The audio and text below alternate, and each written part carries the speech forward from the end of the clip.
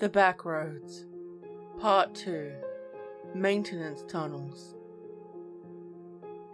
If you haven't already watched the first part, please do so right here.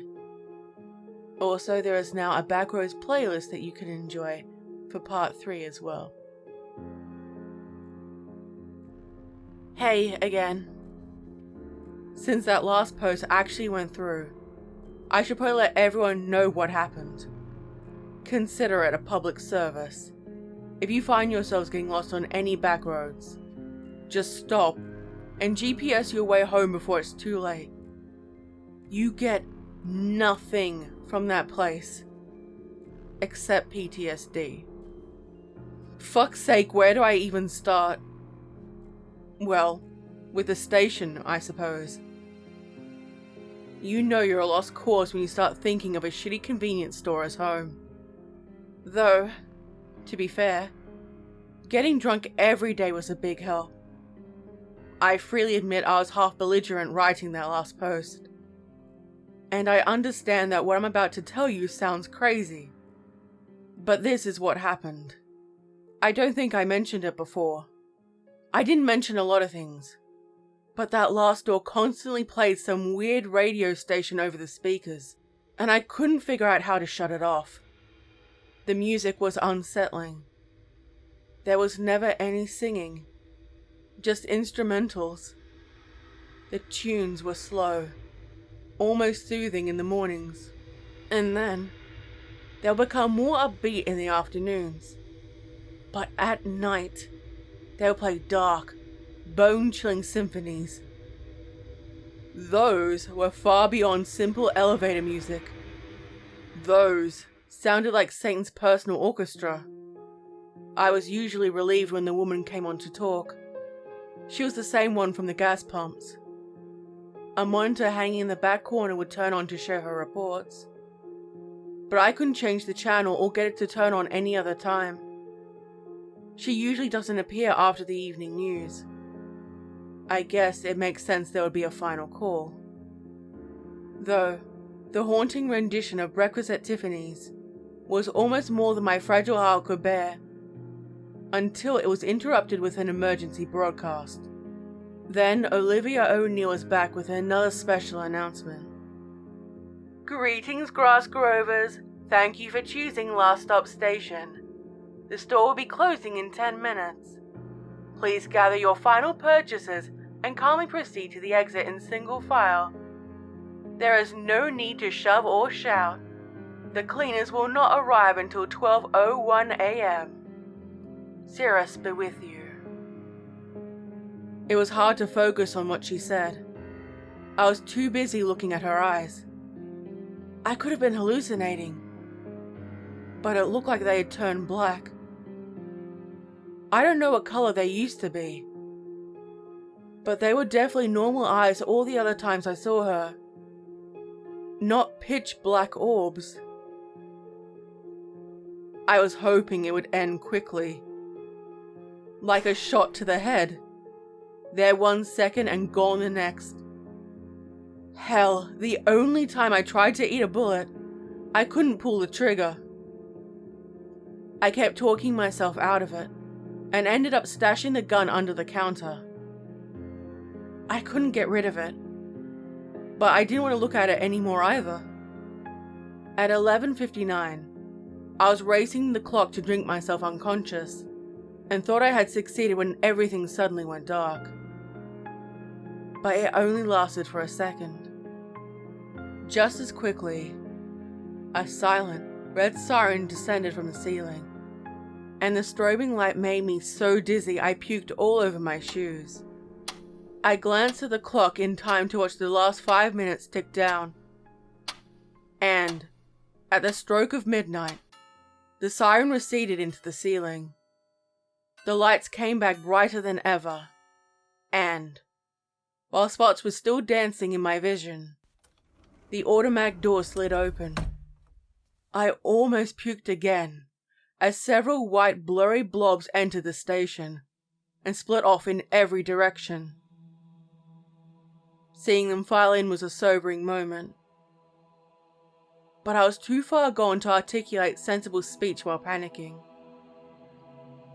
I tried to ask who they were, what they wanted, but there's no telling what I actually said, and they were never going to talk regardless. They advanced and I retreated. When I backed into the counter, I went over and started crawling for as much distance as possible. My vision was finally clearing, and I felt a slight relief upon realizing the intruders were only humans, wearing some kind of hazmat suits, and not stranded. I'm not sure why, but I've named the one who came at me, Al. He was the only one to acknowledge my existence. None of the others even glanced my way. Some were restocking shelves while others were cleaning. And that's when I remember the thing about cleaners arriving at 12:01. Have you ever seen a movie where they check for radiation with little machines that click and beep? Well, these guys had some that looked like they were from the 50s. I thought they were little radios at first. They had handles sticking out of the top with a few dials on either side. And there was a detachment that looked like a microphone without the mouthpiece. I couldn't help but let out a slight yelp when Al finally had me cornered. I begged him not to hurt me, and it took several seconds to realize he wasn't. He was scanning me. After his machine failed to detect whatever he was looking for, he put it away and reached towards me. Not in a fast or threatening manner, but casual, and placed both hands on my hips. When I felt his fingers close, I thought, it's not important what I thought. But I screamed for real that time. Every head in the station turned to stare.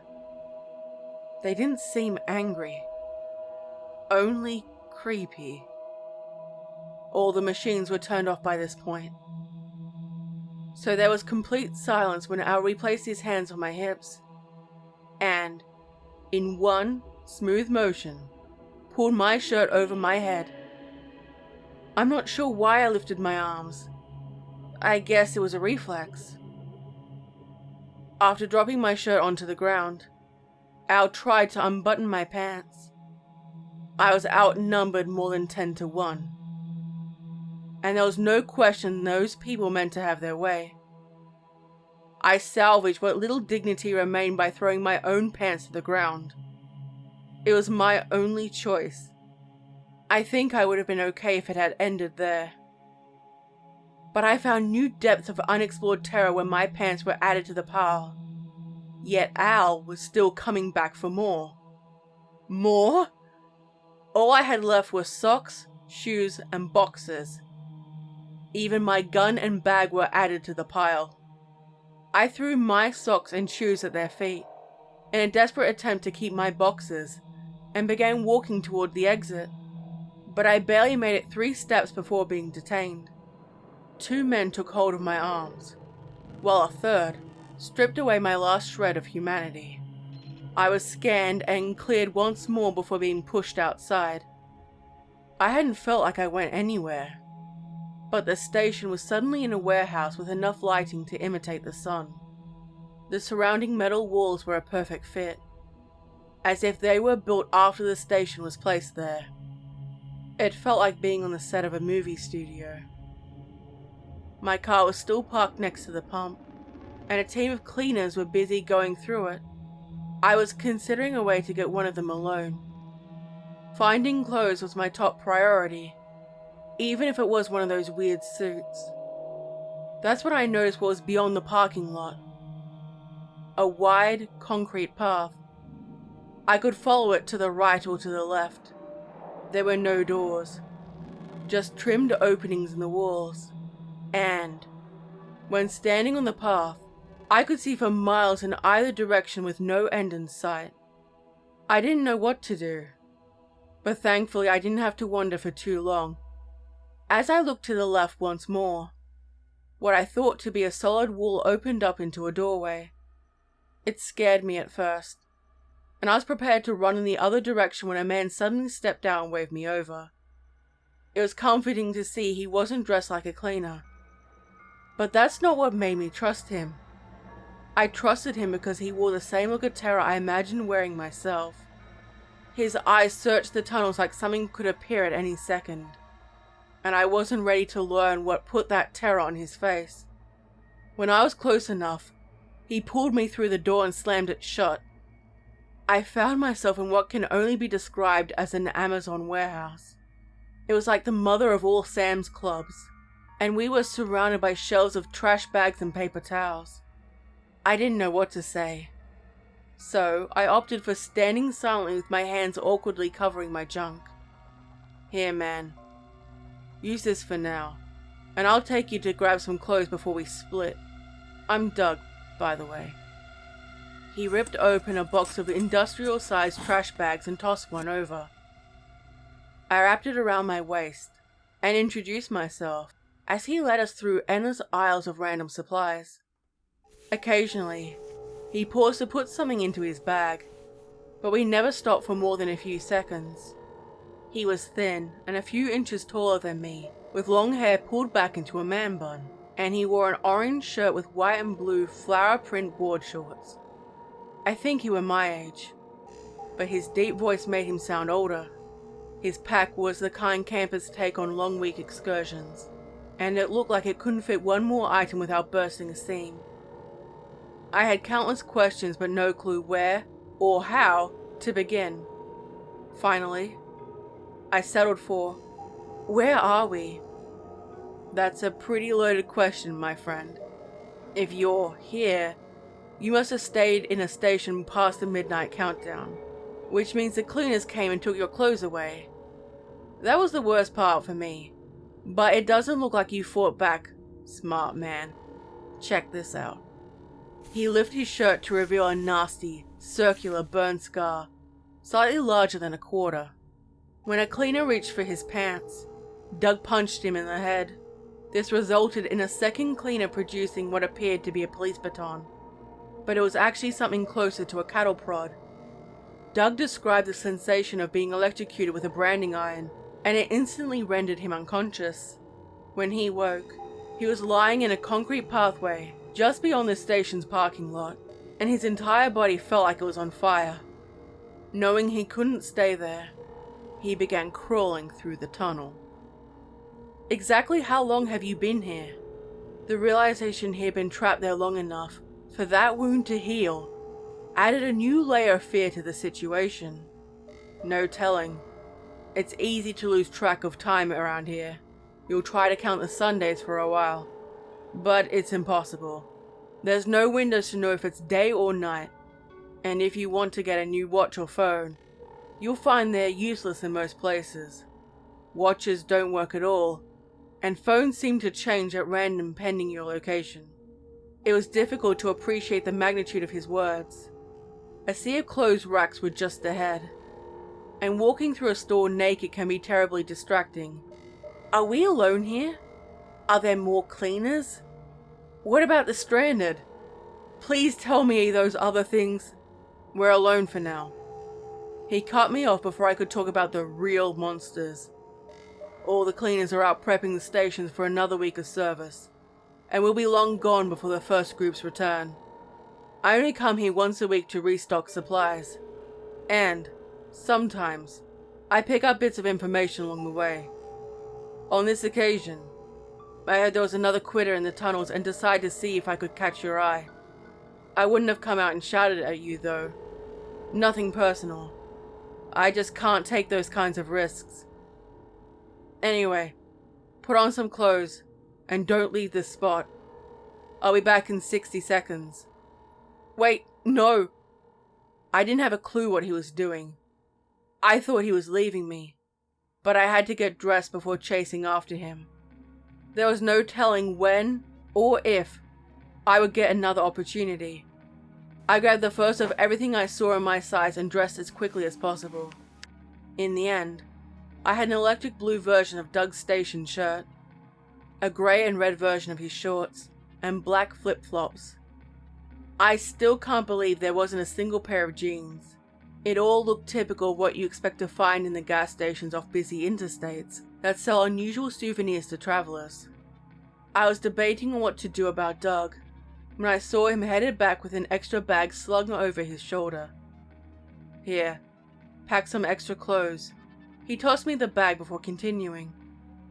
"Sundays are the only day it's safe to enter the hub.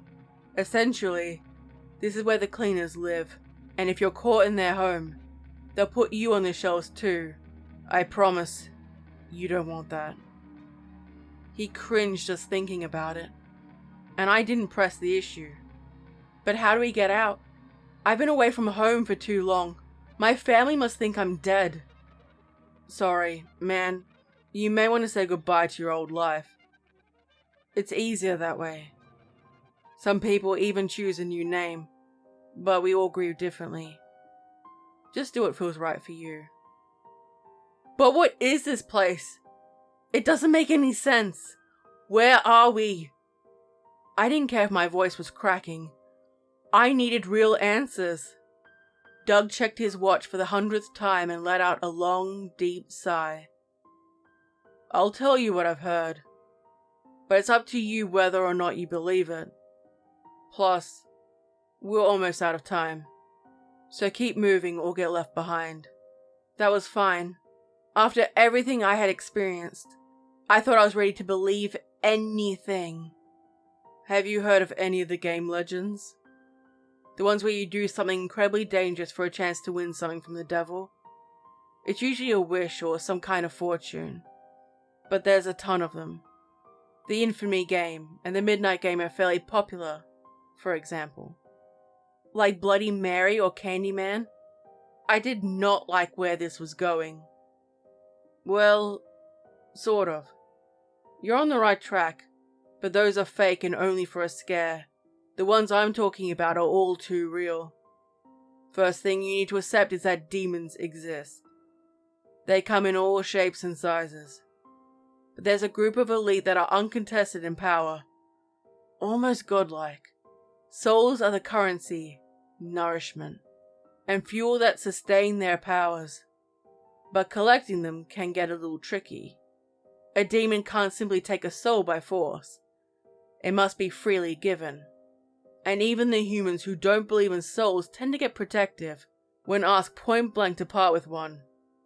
So, what do? They create a situation that makes you want to give it away. You follow me? Sort of. You mean it's like the Devil's Crossroads? Or the thing with the golden fiddle? He considered that for a moment. Closer. But they haven't done things that way for decades. Business was slow, people weren't buying into it anymore. You know what they say about things too good to be true. But if you add an element of challenge, something to balance out the effort with the reward, then people believe it. So, somewhere in this maze of madness, you're saying there's a demon who will send me home in exchange for my soul? It was a shitty deal, but one I was prepared to take. That's how badly I miss my family. Hell no, man. This game isn't active. It's just a relic of a past no one bothered to shut down. There was no rhyme or reason to getting here. It was practically based on chance. The asshole running it made himself a new game, where suckers alternate left and right in order to play. I don't know what happens after that. But it's clearly more lucrative than this place. Now, we're just stuck here while everything essentially runs on autopilot. It took me a few seconds to respond. Not that I didn't believe him. No other explanation fit this scenario. I was just shocked. Does that mean the cleaners are the only danger down here? I knew it was too good to be true when I said it. But I don't know. What else do you say at a time like that? He could have simply said no. He didn't have to laugh. Ha, I wish. This place wouldn't be half bad if... He stopped suddenly and reversed, pulling me with him.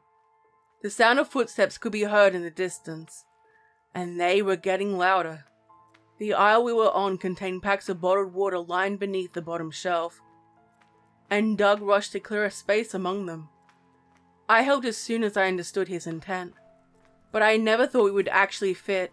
Thank goodness I was wrong. There was a 4-foot space behind the stack, and it ran the full length of the aisles we were sandwiched between. Once we crawled under the shelf, we pulled the water back in to cover our entrance, and waited in silence as the cleaners continued to draw closer. That's when we realized there was another sound mixed in with the footsteps, one we couldn't quite identify until it was only a few yards away.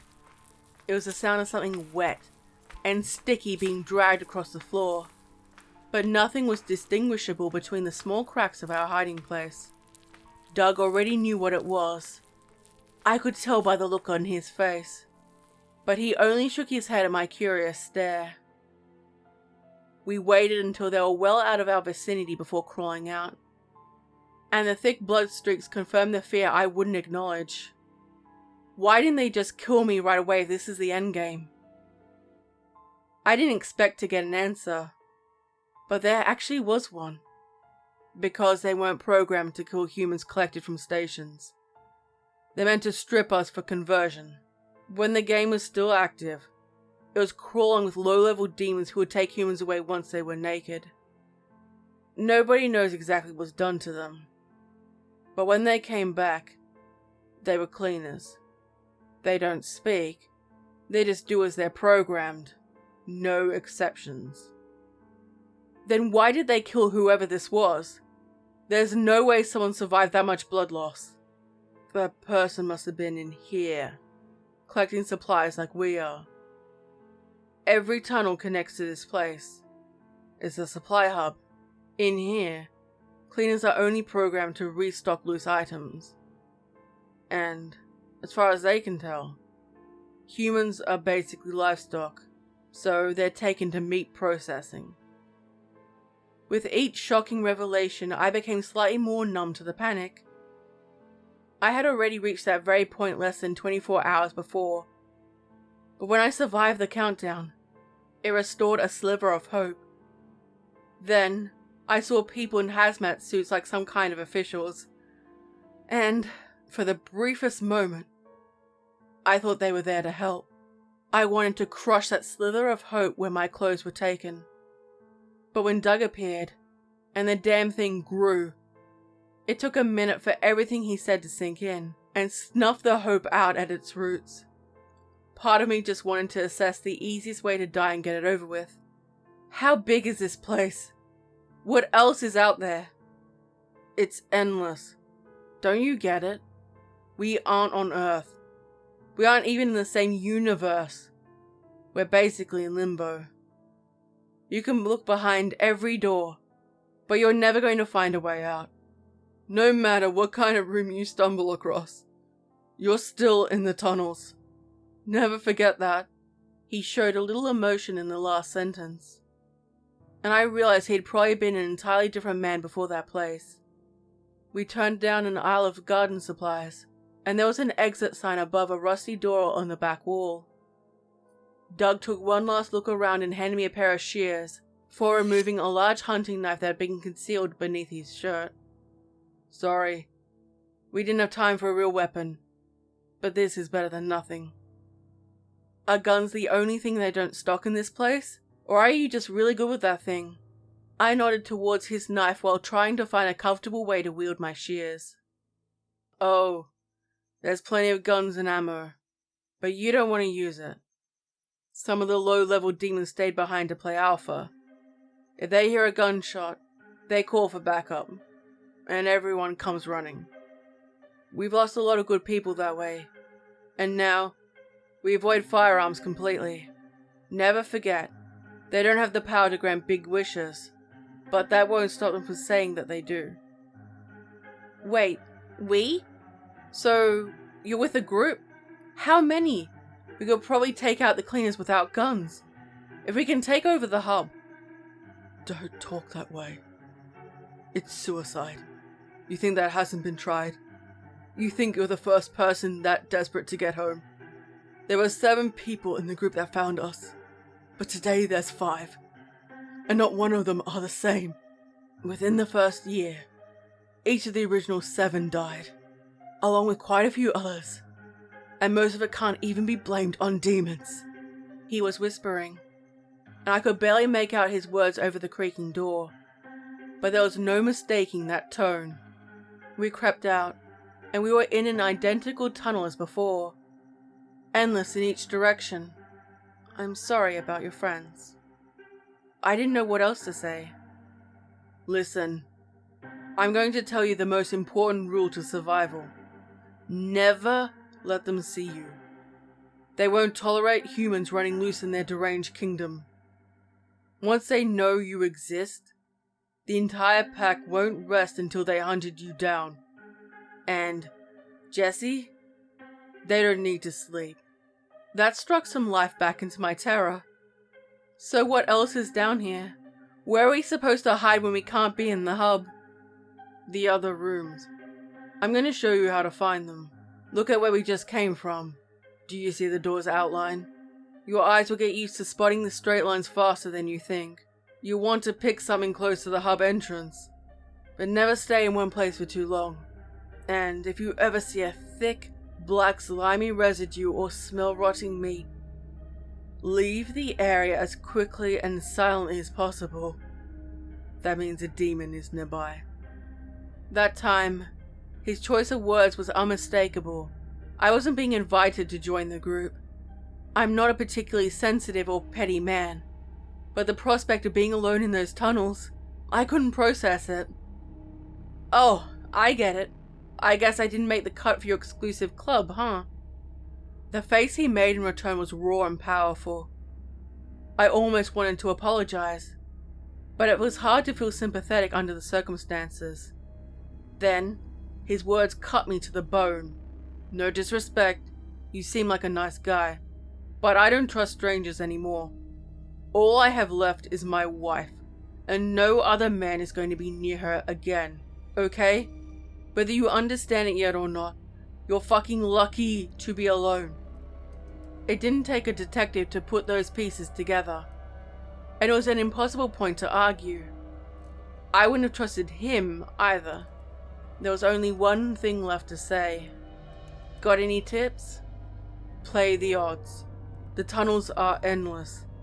We don't know how many demons are out there, but as long as you keep moving, you probably won't run into one.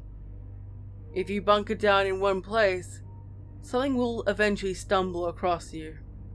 Then, when we change locations, we walk 6 hours before looking for the next hub entrance. Then, we check the doors closest to it for a place to rest until the next station clean. And be very careful about who you trust. New people show up every week, and even good people can do horrible things when they're desperate." His words brought up memories of Rob, but I pushed them back deep down where they belong. "Wait! But how do I keep track of the days? And when we first met, you said you heard there was a new quitter. What did that mean? Who did you hear it from?" We were walking side by sides with our heads close together, whispering in hushed tones, but I had to restrain myself from shouting at the end. I was being expected to process too much too quickly, and the threat of a full-blown panic attack was looming ever closer. "Every room plays the same radio station you heard in the station. I'm not sure why it doesn't work in the hub, but I guess the cleaners don't need it. And we are the quitters. We stayed in the station because we wanted to quit playing without making it through the final level. It's practically a game over screen. As for who told me about you, well, there's a few people who want to put the cleaners out of their misery, and they don't care if they die in the process. They tend to take extreme risks like stealing cleaner uniforms and infiltrating their ranks.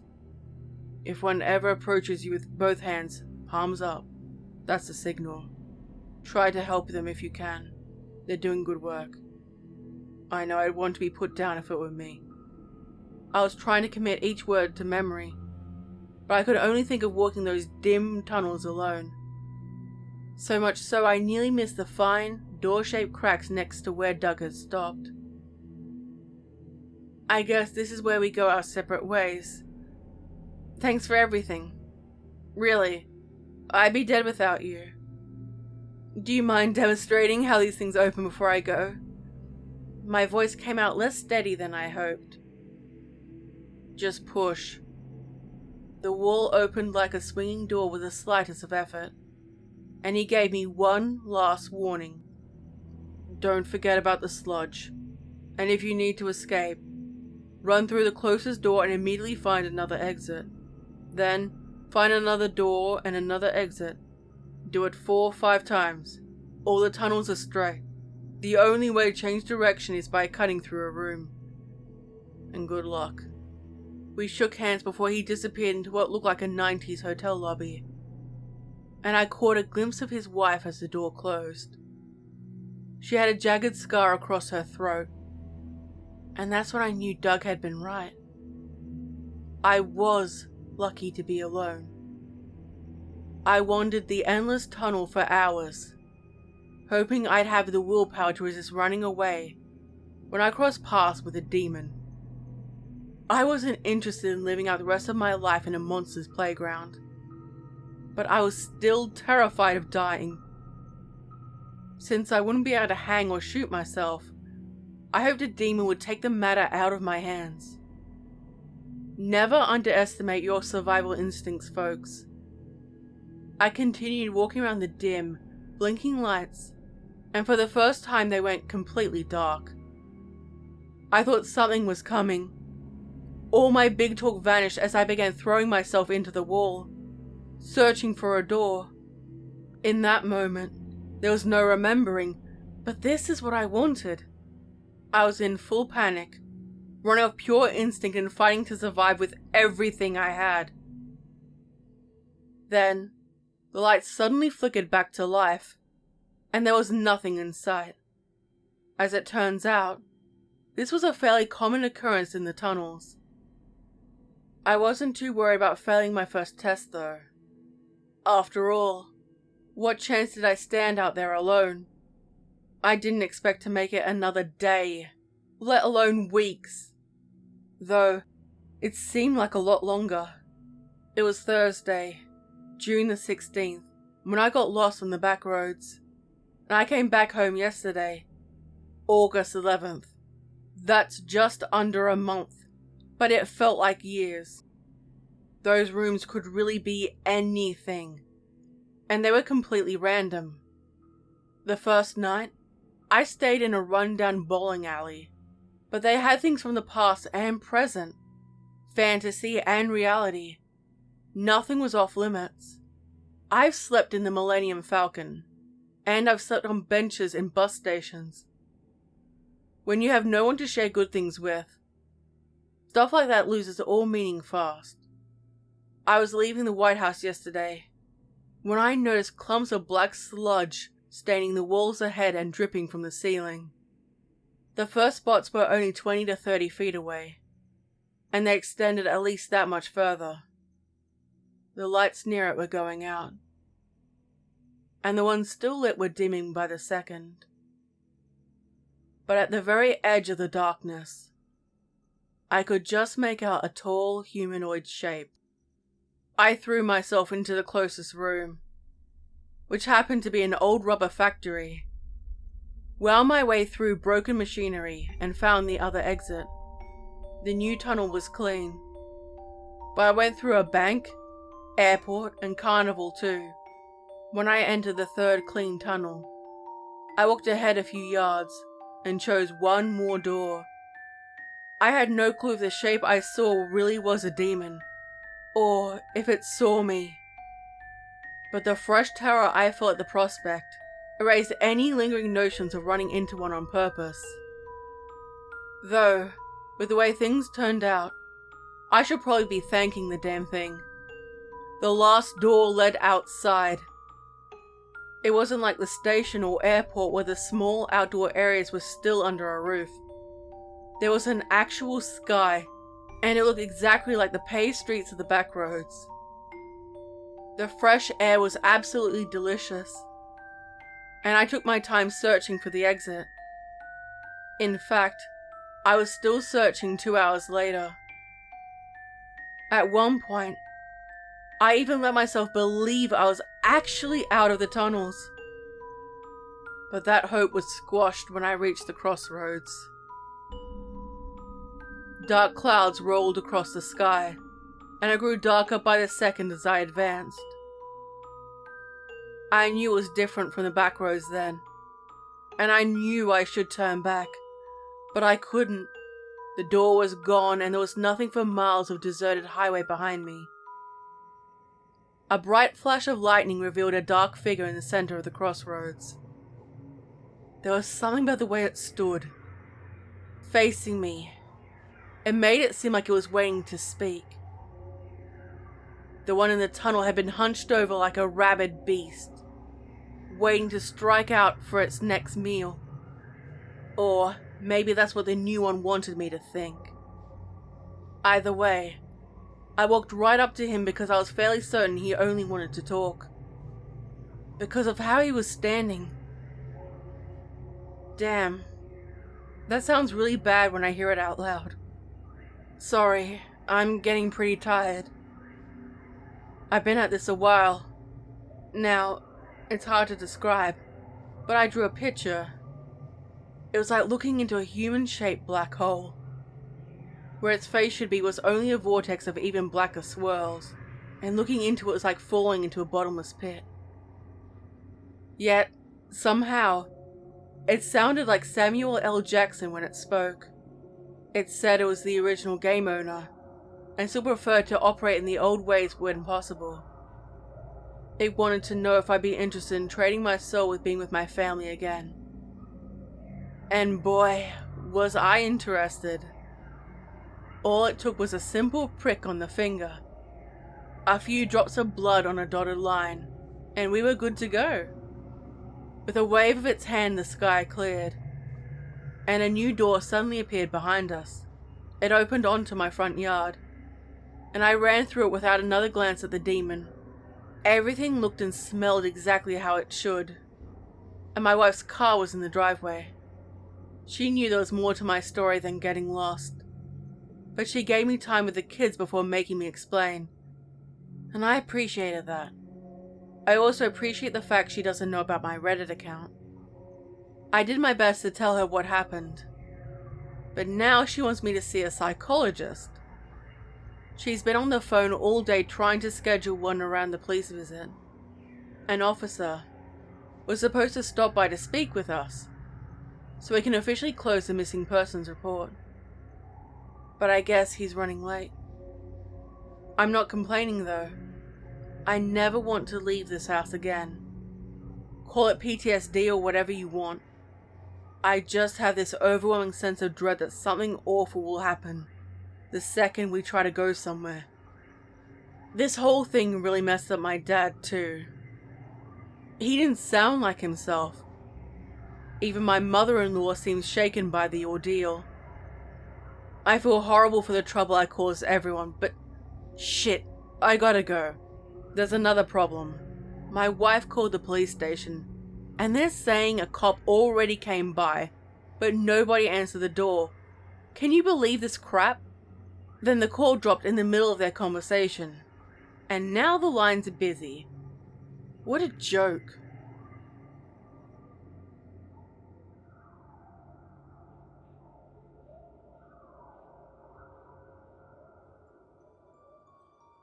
I hope you enjoyed part 2. Also, all credit for the story goes to the amazing Paige Turner.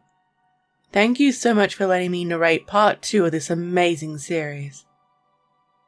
Don't forget to stab the like button, comment, and subscribe if you haven't already. This video is made with the support of my incredible channel members, Patreons, subscribers, and all my viewers. Thank you so much for supporting me. It is greatly appreciated. Stay safe, my little spooklings. And remember, I'll be watching you.